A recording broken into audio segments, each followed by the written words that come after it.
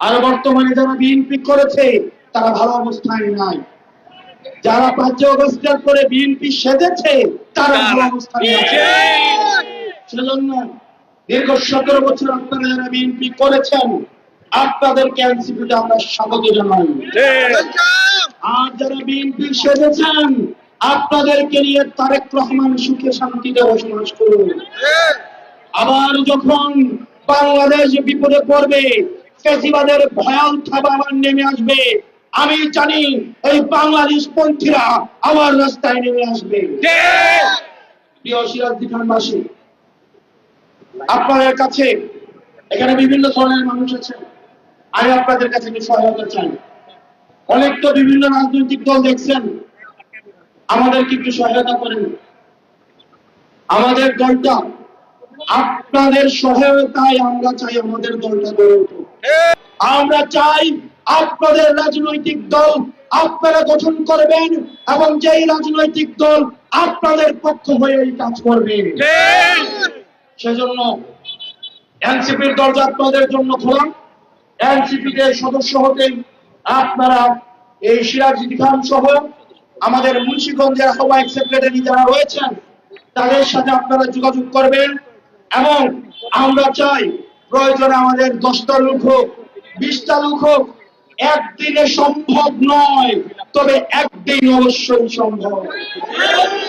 অভ্যুত্থানের পরে আমরা দেখেছি অন্তর্বর্তীকালীন সরকারের সময়ে যে আইন শৃঙ্খলা পরিস্থিতি ছিল, বর্তমানে সেই আইন শৃঙ্খলা পরিস্থিতি আরো বেশি নাজুক হয়েছে। আমরা দেখেছি থানায় ঢুকে পুলিশকে পিটিয়ে আসামিকে ছিনতাই করে নিয়ে যেতে। স্বরাষ্ট্রমন্ত্রী উনি শুধু স্বরাষ্ট্রটাই বুঝেন না, ইতিমধ্যে ইতিহাসের সবচেয়ে ব্যর্থ স্বরাষ্ট্রমন্ত্রী হিসেবে উনি ইতিহাসে নাম কামিয়েছেন। প্রিয় সিরাজদি খানবাসী, এই সরকার নির্বাচনী প্রচারণার সময় বলেছিলেন উনি 1 কোটি কর্মসংস্থান নিশ্চিত করবেন। 1 কোটি কর্মসংস্থান 60 মাসে যদি নিশ্চিত করতে হয়, প্রত্যেক 1 মাসে 4 লাখ কর্মসংস্থান, এই 6 মাসে 9 লাখ কর্মসংস্থান হওয়ার কথা ছিল। আমি জানতে চাই আপনারা কয়জনের কর্মসংস্থান নিশ্চিত হয়েছে? আপনারা কেউ নতুন কর্মসংস্থান পেয়েছেন? এই সরকার কর্মসংস্থানের পরিবর্তে মানুষের হাতে মাদক তুলে দিচ্ছে। মাদক কেমন জুয়াই সারা বাংলাদেশ সয়লাভ হয়ে যাচ্ছে। এই সরকারকে স্পষ্ট করতে হবে, তারা যদি আইন শৃঙ্খলা এই যে ল অ্যান্ড অর্ডার সিচুয়েশন তারা যদি কন্ট্রোলে না আনতে পারে, তাহলে তাদের বিরুদ্ধে এই জনগণ আবার রাস্তায় নামবে। জমিতে যে রক্ত পড়ে ওই জমি সবসময় রক্তের হয়েই কথা বলে।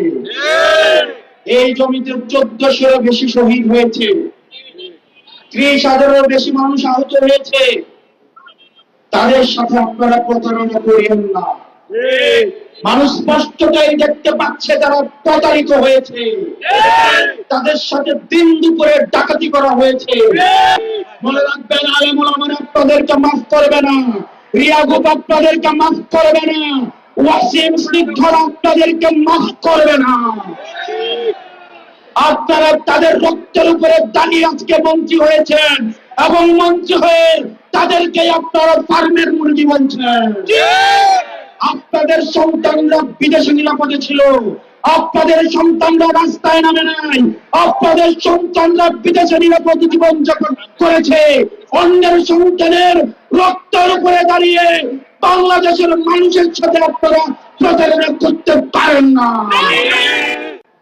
প্রিয় সিরাজদি খানবাসী, আপনারা কিছুদিন পরে দেখতে পান যাত্রাবাড়ি ফ্লাইওভারের একদল নিষিদ্ধ জঙ্গি গোষ্ঠী যাত্রাবাড়ি ফ্লাইওভারে বলে জয়, ওদিক থেকে লোকজন গিয়ে বলে বাংলা।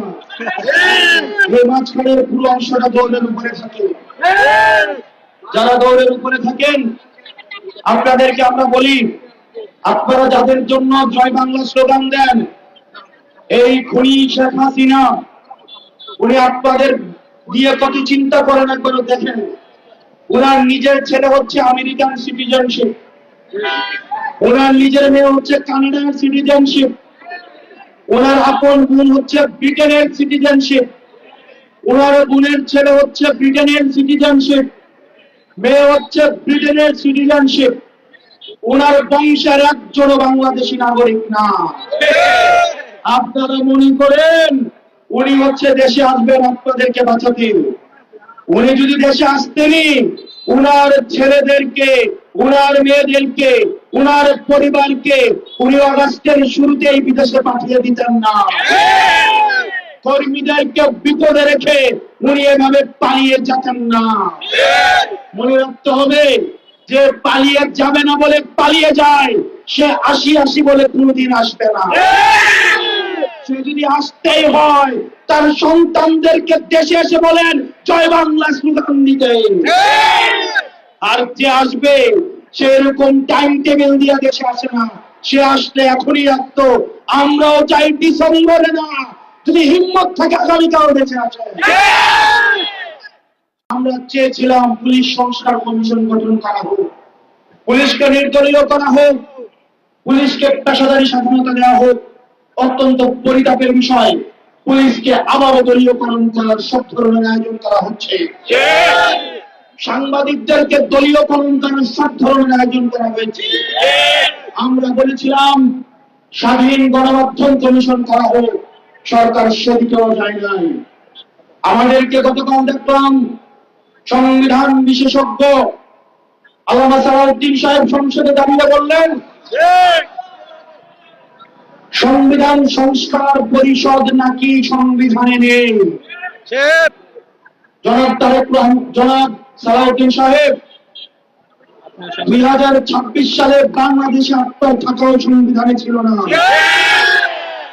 বর্তমান সংবিধান অনুযায়ী বর্তমানে আপনার থাকার কথা ছিল শিলংয়ের রেস্ট হাউসে, আপনার দলের প্রধানের থাকার কথা ছিল লন্ডনে, আপনার লক্ষ লক্ষ নেতা কর্মীর থাকার কথা ছিল জেলে, লক্ষ লক্ষ নেতা কর্মীর থাকার কথা ছিল ধানক্ষেতে। যারা রাস্তায় নেমে এসেছিল তারা সংবিধানের বিরুদ্ধে রাস্তায় নেমে এসেছিল। যদি সংবিধান মানতে চান তাহলে এই